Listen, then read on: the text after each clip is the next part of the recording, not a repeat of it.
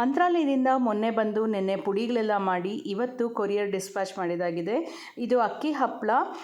ನಾನು ಕಸ್ಟಮರ್ ಹತ್ರ information already ಕೊಟ್ಟಿದ್ದೆ. ಕೆಲವು ಸರಿ ಹಪ್ಪಳ ಬ್ರೇಕ್ ಆಗೋ ಚಾನ್ಸಸ್ ಇರುತ್ತೆ. ಸೊ ಅವ್ರು ಓಕೆ ಅಂತ ಅಂದಮೇಲೆ ನಾನು ಕೊರಿಯರಲ್ಲಿ ಇದನ್ನು ಕಳಿಸ್ತೀನಿ. ಟೊಮೆಟೊ ಗಾರ್ಲಿಕ್ ತೊಕ್ ಆರ್ಡರ್ಸ್ ಬಂದಿದೆ. ಜೊತೆಗೆ ಈ ಸರಿ ವಿತೌಟ್ ಗಾರ್ಲಿಕ್ ಕೂಡ ಆರ್ಡರ್ ಬಂದಿತ್ತು ಟೊಮೆಟೊ ತೊಕ್ಕು.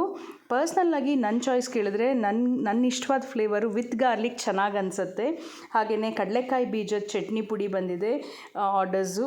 ನುಗ್ಗೆ ಸೊಪ್ಪಿನ ಚಟ್ನಿ ಪುಡಿ ವಿತೌಟ್ ಗಾರ್ಲಿಕ್ ಕೂಡ ಆರ್ಡರ್ಸ್ ಬಂದಿದೆ.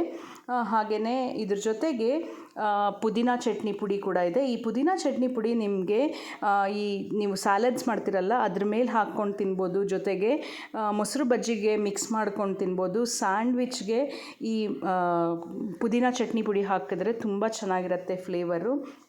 ಇದು ಲೆಮನ್ ಪಿಕಲ್ಲು ಅರ್ಧ kg ಆರ್ಡರ್ ಬಂದಿರೋದು. ಬಿಸಿಬೇಳೆಬಾತ್ ಪೌಡರು. ನಮ್ಮಲ್ಲಿ ಸಿಗೋ ಬಿಸಿಬೇಳೆಬಾತ್ ಪೌಡರಲ್ಲಿ ಆಲ್ರೆಡಿ ಕೊಬ್ಬರಿ ಹಾಕಿರ್ತೀವಿ. ನೀವು ಜಸ್ಟ್ ತರಕಾರಿ ಅಕ್ಕಿ ಬೇಳೆ ಎಲ್ಲ ಬೇಯಿಸ್ಕೊಂಡು ಅದಕ್ಕೆ ಈ ಬಿಸಿಬೇಳೆಬಾತ್ ಪುಡಿ ಹಾಕಿದ್ರೆ ಸಾಕು. ಹುಣಸೆ ಹಣ್ಣು ನೀರು ಹಾಕಿ ಉಪ್ಪು ಹಾಕಿ ಒಗ್ಗರಣೆ ಕೊಟ್ಟರೆ ಸಾಕು. ಬಿಸಿಬೇಳೆಬಾತು ತುಂಬ ಚೆನ್ನಾಗಾಗತ್ತೆ.